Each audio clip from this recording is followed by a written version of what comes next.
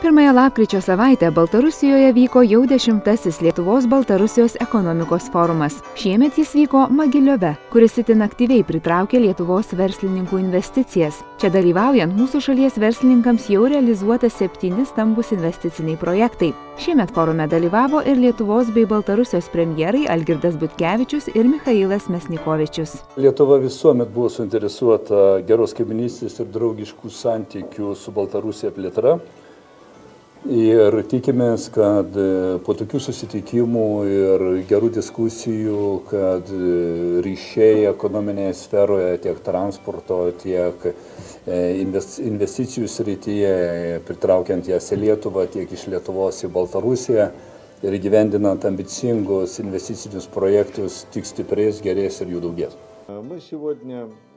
Šiandien galbūt mažiau kalbėjome apie prekybinį bendradarbiavimą. Didesnį dėmesį skyrėme investiciniams projektams. Ir tai teisinga, nes tokie projektai ilgalaikiai, mažiau priklauso nuo politinės konjunktūros.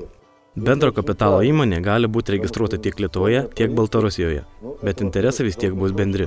Neatsitiktinai forumas šiemet vyko Mogiliove. Regionas pagal investicinius projektus užima vieną iš lyderiaujančių pozicijų. Mūsų regionas labai suinteresuotas bendradarbiauti su investuotojais, tad jų verslus stengiamės sudaryti komfortiškas sąlygas. Patvirtinti tai gali ir čia registruotos bei sėkmingai veikiančios jau 7 lietuviško kapitalo įmonės. Vienas iš mūsų regiono pranašumų yra patogi geografinė padėtis. Jis yra vidury Eurazijos ekonominės sąjungos, į kurią eina Baltarusija, Rusija ir Kazachstanas, o tai atveria papildomas galimybes iš karto 3 šalių rinkose, kurių bendras gyventojų skaičius sudaro apie 170 milijonų. Kartu su Vokietija, Rusija, Latvija, Lenkija, Didžiąja Britanija, Baltarusija įeina į Lietuvos prekybos partnerių 10-tuką.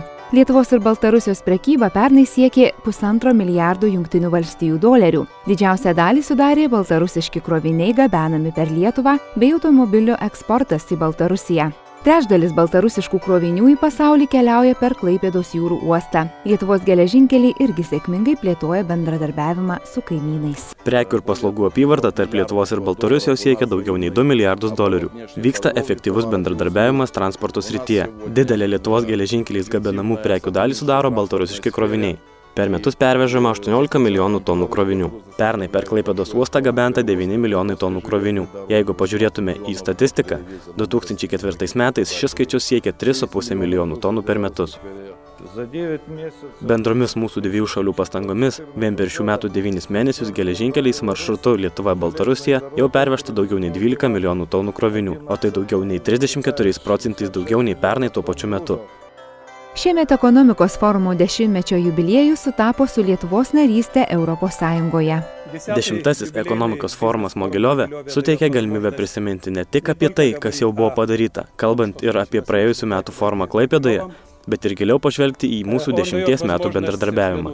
Visų pirma, visi šie metai Lietuvai reiškia narystę Europos Sąjungoje, o tai mus labai pakeitė ir yra svarbu ne tik mums, bet ir mūsų istoriniai kaimyniai Baltarusijai. Stiprindami tarpusavio ryšius, mes stengiamės kuo geriau pasinaudoti naryste. Per šiuos metus realizavome daug bendrų projektų, kuriuos palaikė Europos Sąjunga.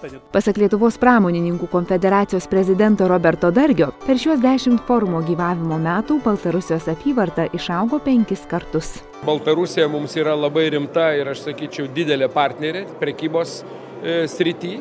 Yra didelė partnerė mūsų logistikoje, mūsų transporto srity, nekalbant apie tai, kad didelė dalis Baltarusijos krovinių eina per Klaipėdos uostą, tai yra eksportas, tai yra vartai į pasaulį, taip pat ir Baltarusijos užpirkimai eina per Klaipėdos uostą. Ta prasme, mes turim strateginę partnerystę, mes turim dar daug ką veikti. Iš tikrųjų, mes galėtume žymiai efektyviau dirbti ir kitose segmentuose. Lengvojoje pramonėje, aš manau, kad mūsų dar laukia didesnė perspektyva. Dirba neblogai mūsų trąšų fabrikai bendradarbiaudami chemijos srityje. Aš manau, kad čia yra tos esminės turbūt mūsų partnerystės sritis. Ir įsivaizduoju, kad ateitis mūsų santykių tikrai yra gera.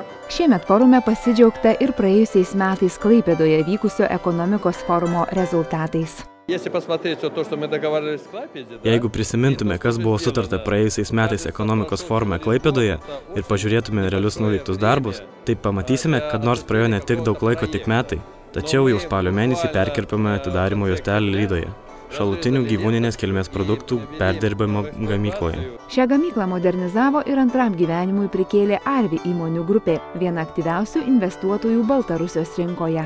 Baltarusijos rinkoje mes jau seniai, nuo 93 metų. Investicijas pradėjom prieš gerus metus susitarimus ir šiuo metu esam pastatę įmonę proteinų gamyklą, kur investavom 18,7 milijonų eurų. Šiuo metu dar investuojam 3,5 milijonų ir viso bus netoli 22 milijonų eurų investuota į proteinų gamyklą. Tuo pačiu jau pradėtos statybos mėsos kombinato, pašarų gamyklos ir kalakutų fermų. Tai viso ta bendra investicija sudarys kažkur tai apie 64 milijonus eurų. Užbaigsim investicijas 15 metais. Baltarusijoje šiuo metu sėkmingai veikia apie 500 lietuviško kapitalo įmonių. Didžiausia dalis jų dirba logistikos, biotechnologijų, atsinaujinančios energetikos, farmacijos, informacinės telekomunikacijos bei ryšių technologijų srityse. Šiuo metu Baltarusijoje vyksta ir keli stambūs Lietuvos verslininkų investiciniai projektai. Turiu pasakyti, kad Lietuvos žymiausi koncernai atidarinėja beveik kasmet po įmonę. Pernai Liepą Vakarų medienos grupė atidarė ir SBA Baltai. Pereitą savaitę Lydoje koncernas Arvi atidarė mėsos atliekų perdirbimo gamyklą ir pilnu tempu plėtojami kiti projektai, tokie kaip kalakutų auginimas, skerdimas ir mėsos ruošimas. Ir taipogi mažesnės apimties investiciniai projektai, tačiau, kaip minėjau, labai daug įmonių domisi kaimyninė šalim. Turiu apibendrinai pasakyti, kad Baltarusija tikrai sudarė neblogą klimatą verslo gamybinėm investicijom, galima net ir individuali parama, kadangi dideliem projektam paprastai atsiranda viena ar kita problema, kurią reikia spręsti arba su vietos valdžia, arba su centrinė valdžia. Ir turiu pasakyti, kad ir mano pavardintų fabrikų atveju jos gana sėkmingai sprendžiamos ir Baltarusija šiuo metu tikrai įsileidžia Lietuvos kapitalą į savo rinkas. Nuo plačiau susipažinti su šių metų ekonomikos forumu galima užsukus į svetainę Scena LT.